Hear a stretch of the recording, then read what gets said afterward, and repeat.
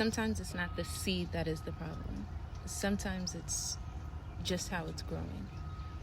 So for me, like, one of the seeds that I thought God was going to take from me, it was like my grit, being raised by a single mom. Like, you know how to get it out the mud, how to do what you got to do to make it happen. Put a little gangster in you know what I'm saying?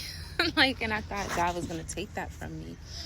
But it actually wasn't that he wanted to take it from me, because he wanted that in there. He wanted me to be able to fight in the spirit.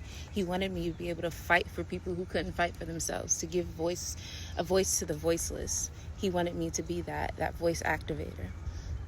So it wasn't so much that he wanted to take that from me, like that seed was a bad seed, which I thought it was, because how I was using it before was I was super aggressive. Like, I dealt with a lot with my husband, especially when we first got married. I'm still growing, I'm still healing, sis, just like you. We're in this together. But like, I used to be very combative and didn't even notice. Like, I would just say something like really sharply in a sharp tone, and it was just like, ooh, I didn't mean it like that. But it, like, that's not the way I meant for it to come off, but it did come off that way. So it's not that the seed was bad, because I'm supposed to talk like that, just not to my husband. Don't talk to him like that, you know what I'm saying?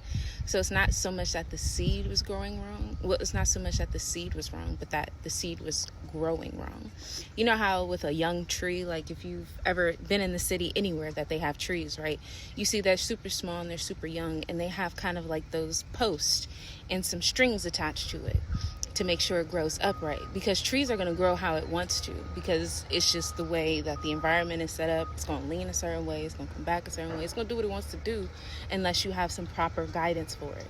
And that's what I was missing growing up. I was missing the proper guidance, because I wasn't in church. I didn't, like, God was showing up for me without me even knowing God was showing up for me. Thank the Lord Jesus for his mercy that is new every morning. But like, I didn't have that proper guidance in order to use that in the right way. I didn't know that seed was there to war in the spirit, for spiritual warfare, to do the things of God. So I was using it to combat people, and most of the time myself too. Like, I became my worst critic, like, because I wanted everything to be good, to be on point, because like, growing up as a black, like a single black, like growing up being raised by a single black mother, you have to be above excellence. Like, there is no such thing as good enough as a black woman. You know what I'm saying? So like, I thought I had to use that in that way. And God was like, you are more than enough in me. It's not even that you're more than enough. It's that you are perfect in me. So let me correct that, because that's not what God said to me. God said, you are perfect in me. There's no such thing as enough. You are perfect in me.